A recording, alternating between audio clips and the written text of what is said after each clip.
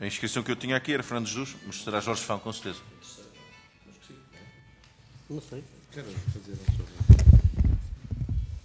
É a segunda ronda, portanto, 3 minutos, não é uma pergunta, são 3 minutos, é uma intervenção. Senhor Presidente, 3 minutos, mesmo assim, sendo telegráfico, cumprimentar a Sra. Ministra e passar rapidamente às questões. Eu dividi em 3 aspectos, talvez. Uma primeira, falarmos rapidamente de políticas para o setor e de planos de ação para o setor. Depois falámos de instrumentos financeiros e, por fim, falámos de um aspecto concreto que eu já à frente adiantarei, de políticas também da atualidade. Relembrava o seguinte, no final de 2006 existia uma estratégia nacional para o mar.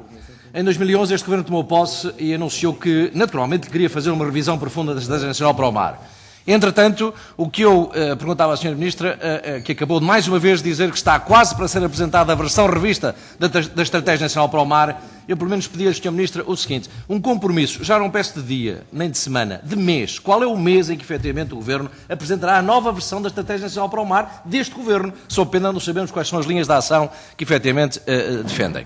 Comissão Interministerial dos Assuntos do Mar foi criada em 2007. Várias vezes perguntei à Sra. Ministra quando é que reúne pela primeira vez, se já foi ou não foi reformulada. Aparentemente, acho que não foi reformulada. No site da Direção-Geral de Políticas Marítimas, continua a dizer que quem constitui a Comissão Interministerial para os Assuntos do Mar é o Sr. Ministro das Obras Públicas, o Sr. Ministro do Ambiente, o Sr. Ministro, ou seja, isto continua lá. Eu pergunto, não foi alterada ainda? E a outra pergunta é, já reuniu pela primeira vez a Comissão Interministerial? Fui lá buscar isto hoje ao site, está lá. Outra questão que queria colocar, porque o tempo realmente urge. Plano de ordenamento do espaço marítimo, um instrumento fundamental de políticas. O que acontece foi que foi publicado um despacho. A discussão pública foi concluída sobre este documento já elaborado em fevereiro de 2011. Foi publicado um despacho em dezembro de 2012, mas o despacho que diz, Sr. Secretário de Estado, permitam-me, Sra. Ministra, é que diz que publica o trabalho desenvolvido pela equipa multidisciplinar, ou seja, aquele trabalho que tinha sido elaborado antes. Eu não tive conhecimento de nenhuma resolução do Conselho de Ministros a aprovar um plano de ordenamento, não percebi que o Governo apresentasse o plano de ordenamento. Existe um trabalho ou existe um plano político de ação nesta matéria? Gostava que a Sra. Ministra fizesse favor de rapidamente esclarecer. A reforma da política comum de pescas, outro tema, está em vias, a curto prazo, de ser aprovada uma nova versão da política comum de pescas e, consequentemente, os instrumentos financeiros, o novo Fundo de Assuntos Marítimos e da Pesca, com uma dotação global apontada à ordem dos 6,5 mil milhões de euros.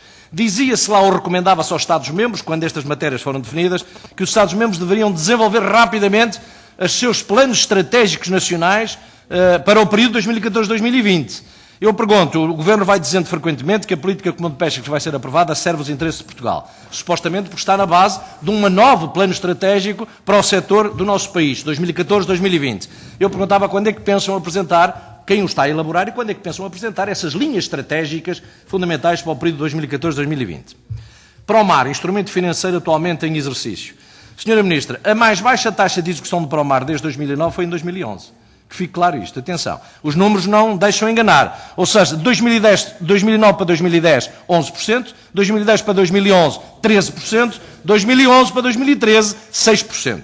E, portanto, estes são os números que não me deixam mentir sobre esta matéria. Mas eu perguntava, já foi feita a reprogramação do Promar, no sentido de redistribuir verbas que permitissem realmente a maximização dos recursos financeiros disponíveis? E eu perguntava-lhe também qual é a meta, efetivamente, deste Governo em termos de taxa de execução do Promar, deste Promar atualmente em vigor.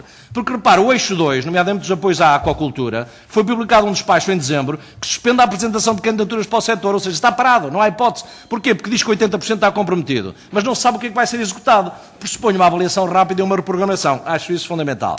Termino, Sr. Presidente, com um tema que, recentemente, o Partido Socialista, aliás, em novembro de 2012, apresentou um projeto de solução sobre a história dos polifosfatos na salga de bacalhau. Em novembro. Só foi agendado em janeiro de 2013, ou seja, no dia 9. No dia 9, os partidos da maioria rejeitaram este projeto de resolução, dizendo que ele não tinha sentido nenhum, estava completamente ultrapassado, o problema estava resolvido, ou seja, o bacalhau para Portugal não tinha problema nenhum. Esta notícia do Público diz o seguinte: luz verde da União Europeia à utilização de aditivos no bacalhau está praticamente adquirida. Isto é de ontem. E diz também que Portugal está isolado nesta matéria e que tudo aponta para que não haja qualquer reversibilidade no que diz respeito à autorização à utilização de polifosfatos na salga de bacalhau.